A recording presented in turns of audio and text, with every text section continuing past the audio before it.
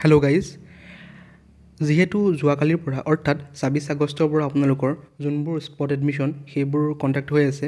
বিভিন্ন ধৰণৰ গভমেণ্ট ইনষ্টিটিউটবোৰত বৰ্তমান স্পট এডমিশ্যনবোৰ হৈ আছে। গতিকে সেই গভমেণ্ট ইনষ্টিটিউটত যোনবোৰ কেণ্ডিডেট গৈছে তেওঁলোকৰ পৰা বিভিন্ন ধৰণৰ ইনফৰ্মেশ্যন জানিব পাৰিছোঁ যে কোনবোৰ কাৰণত তেওঁলোকক ৰিজেক্ট কৰা হৈছে বা কেনেকুৱা ধৰণে তেওঁলোকক এডমিশ্যনটো দিয়া হৈছে। গতিকে আজি এই ভিডিঅ'টোত মই আপোনালোকক সেই ইনফৰ্মেশ্যনবোৰ দিবলৈ চেষ্টা কৰিম। গতিকে ভিডিঅ'টো শেষলৈকে চাই থাকক। যদিহে চেনেলটোত নতুনকৈ আহিছে তেনেহ'লে চেনেলটো ছাবস্ক্ৰাইব কৰি দিব, এটা লাইক কৰি দিব, এটা কমেণ্ট কৰি দিব। গতিকে আহক আমি ভিডিঅ'টো আৰম্ভ কৰোঁ। আপোনালোকৰ প্ৰথম ইনফৰ্মেশ্যনটো হৈছে যে মই আগৰ ভিডিঅ'টো আপোনালোকক কৈছিলোঁ, যিহেতু আপোনালোকে যোনখন আণ্ডাৰটেকিং হয় সেইখন আপোনালোকে ষ্টাম্প পেপাৰত বনাই নিব। যোনটো 100 টকাৰ ষ্টাম্প পেপাৰটো হয় তাত বনাই নিব।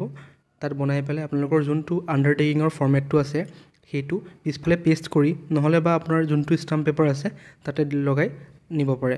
কিন্তু বহুতেই আপোনাৰ সেই ষ্টাম্প পেপাৰটো নিনি পেলাই যোনটো কোৰ্ট ফি 10 টকাৰ বা 5 টকাৰ কোৰ্ট ফি লগাই পেলাই এটা কপি দিছিলে, সেইসকলক ৰিজেক্ট কৰা হৈছে বা সেইসকলক আকৌ কোৱা হৈছে যে ষ্টাম্প পেপাৰ তেওঁলোকে আণ্ডাৰটেকিংটো বনাই নিবৰ কাৰণে।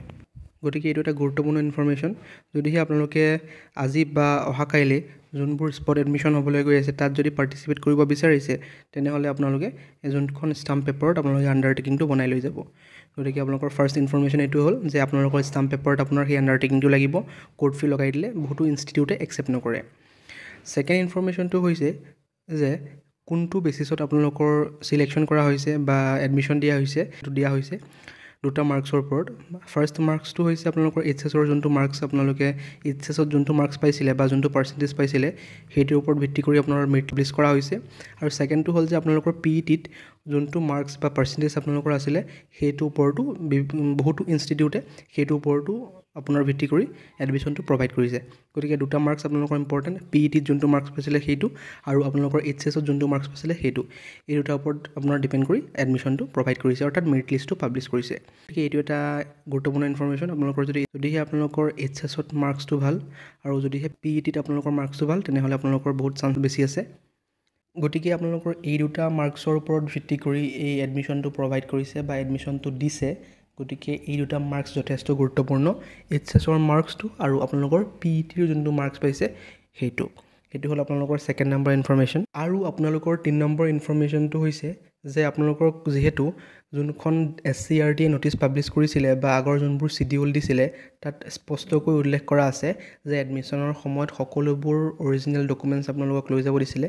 বহুতে সেই অৰিজিনেল ডকুমেণ্টছবোৰ লৈ যোৱা নাই বা কিছুমান লৈ গৈছে, কিছুমান ঘৰত ৰাখি গৈছে। গতিকে তেওঁলোকক ডাইৰেক্ট কৰা হৈছিলে যে আকৌ ঘৰৰ পৰা গৈ পেলাই সেই অৰিজিনেল ডকুমেণ্টছবোৰ লৈ আহিবৰ কাৰণে। গতিকে আপোনালোকে যদি নেক্সট যোনবোৰ এডমিশ্যন হ'বলৈ গৈ আছে স্পট এডমিশ্যন তাত যদি পাৰ্টিচিপেট কৰে, গতিকে একো ডকুমেণ্টছ আপোনালোকে ঘৰত নাৰাখিব, সকলোবোৰ অৰিজিনেল ডকুমেণ্টছ আপোনালোকে লগত লৈ যাব। গতিকে এইটো এটা আপোনাৰ 3rd নম্বৰ ইনফৰ্মেশ্যন, আপোনালোকৰ গুৰুত্বপূৰ্ণ। ইয়াত আৰু এটা ইম্পৰ্টেণ্ট কথা হৈছে যে বহুতো কেণ্ডিডেট যোনটো আপোনাৰ ৰিপৰ্টিং টাইম দিয়া হৈছে সেই ৰিপৰ্টিং টাইমটোতকৈ বহুত দেৰিকৈ গৈছে। কেণ্ডিডেটবোৰ দেৰিকৈ যোৱাৰ কাৰণেও তেওঁলোকৰ যোনবোৰ এপ্লিকেশ্যন ফৰ্ম বা যোনখন আপোনাৰ স্পট ৰেজিষ্ট্ৰেশ্যন ফৰ্ম সেইখন একচেপ্ট কৰা নাই। গতিকে আপোনালোকে যোনটো টাইম দিয়া আছে সেই টাইমৰ ভিতৰতে যাওক, অলপো পলম নকৰিব। যোনটো 9:30ৰ পৰা 11:30 টাইম দিছে সেইটোৰ ভিতৰতে আপোনালোকে নিৰ্দিষ্ট ইনষ্টিটিউটত উপস্থিত হ'ব লাগিব। তাৰ পাছত যদি আপোনালোক গৈছে তেনেহ'লে আপোনালোকৰ ফৰ্মবোৰ একচেপ্ট নকৰিব। গতিকে 9:30 to 11:30 এটা ধুনীয়া টাইম দিয়া হৈছে। এই টাইমৰ ভিতৰত আপোনালোকে সেই নিৰ্দিষ্ট ইনষ্টিটিউটত যাব লাগিব আৰু সকলোবোৰ ডকুমেণ্টছ বা ফৰ্ম ফিল আপ কৰি ছাবমিট কৰিব লাগিব। বহুতৰ আৰু এটা কুৱেশ্যন আছিলে যে যোনটো আপোনালোকৰ স্পট এডমিশ্যনটো কণ্ডাক্ট কৰা হৈছে ইয়াৰ পাছত আৰু ডেট দিব নেকি স্পট এডমিশ্যনৰ কাৰণে। হয়, ইয়াৰ পাছত আৰু ডেট দিব পাৰে। যদিহে বিভিন্ন ইনষ্টিটিউটত ছিটবোৰ ৰৈ যায় তেনেহ'লে আপোনাৰ ইয়াত যিহেতু মেনশ্যন কৰা আছে ৰাউণ্ড 1 বুলি, গতিকে ফিউচাৰত ৰাউণ্ড 2 বা ৰাউণ্ড 3 হোৱাৰো সম্ভাৱনা আছে। ইয়াত যিহেতু মেনশ্যন কৰিছে যে স্পট এডমিশ্যন ৰাউণ্ড 1। বৰ্তমান যিহেতু বেলেগ ডিষ্ট্ৰিক্টত আপোনালোকক স্পট এডমিশ্যন লোৱাৰ সুবিধাটো প্ৰদান কৰা নাই, গতিকে ইন ফিউচাৰ আপোনালোকক এই সুবিধাটো প্ৰদান কৰিব পাৰে। যোৱাবাৰো আপোনালোকৰ যোনবোৰ পোষ্ট খালী হৈছিলে বিশেষকৈ ডিমা হাছাও জিলাত সকলোবোৰ জিলাৰ কেণ্ডিডেটকে তালৈ ইনভাইট কৰা হৈছিলে যোনে এডমিশ্যন পোৱা নাছিলে, যে ডিমা হাছাওত যথেষ্ট ভেকেঞ্চি বা ছিট খালী আছে। গতিকে সেই ডিমা হাছাওত সকলো বেলেগ ডিষ্ট্ৰিক্টৰ ষ্টুডেণ্টছে গৈ তাত এডমিশ্যন ল'ব পাৰিছিলে। গতিকে আপোনালোকে ৰৈ থাকক বা আপোনালোকে অপেক্ষা কৰক। যদিহে আপোনালোকে এডমিশ্যন পোৱা নাই তেনেকুৱা কিছুমান ডিষ্ট্ৰিক্ট ল'ব পাৰে যে য'ত ভেকেঞ্চি যথেষ্ট খালী থাকিব পাৰে, গতিকে আপোনালোকে তাত গৈও এডমিশ্যন ল'ব পাৰে। সেইটো SCERTয়ে পাব্লিছ কৰিব ন'টিচ, যদিহে তেনেকুৱা কোনো ডিষ্ট্ৰিক্ট থাকে য'ত ভেকেঞ্চি বহুত থাকে আৰু বেলেগ ডিষ্ট্ৰিক্টৰ কেণ্ডিডেটে তাত গৈ এডমিশ্যনটো ল'ব পাৰে।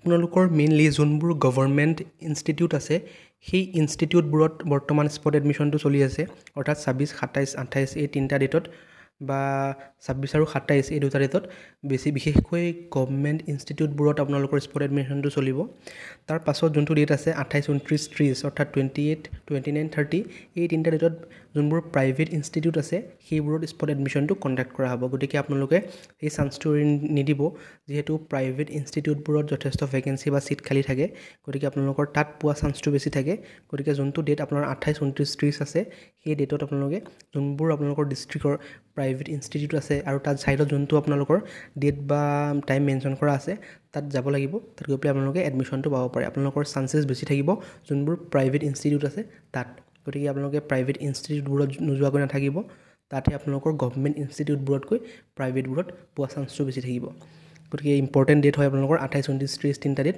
এই তিনিটা ডেটত আপোনালোকে সকলোবোৰ ডকুমেণ্ট যোনবোৰ ইনফৰ্মেশ্যন মই ভিডিঅ'ৰ প্ৰথমতে ক'লোঁ সকলোবোৰ ইনফৰ্মেশ্যন আপোনালোকে শুনিছে গতিকে সকলোবোৰ ডকুমেণ্টছ বা কি ইনফৰ্মেশ্যন দিলোঁ সকলোবোৰ ৰেডি কৰি আপোনালোকে 28, 29, 30 যোনটো আপোনালোকৰ প্ৰাইভেট ইনষ্টিটিউটৰ স্পট এডমিশ্যন তাত যাব আৰু তাত আপোনালোকে এডমিশ্যনটো পাব পাৰে আপোনালোকৰ চান্সেছ বেছি থাকে প্ৰাইভেটবোৰত গতিকে এইটোৱে আছিল এটা আপডেট আপোনালোকৰ লগত শ্বেয়াৰ কৰিলোঁ বিভিন্ন ধৰণৰ ইনফৰ্মেশ্যন যোনবোৰ মই স্পট এডমিশ্যনত যোৱা কেণ্ডিডেটৰ পৰা জানিব পাৰিছোঁ গতিকে আপোনালোকৰ এই ভিডিঅ'টোৱে যথেষ্ট হেল্প কৰিব যদিহে ভিডিঅ'টোত নতুনকৈ আহিছে তেনেহ'লে চেনেলটো ছাবস্ক্ৰাইব কৰি দিব এটা লাইক কৰি দিব থেংক ইউ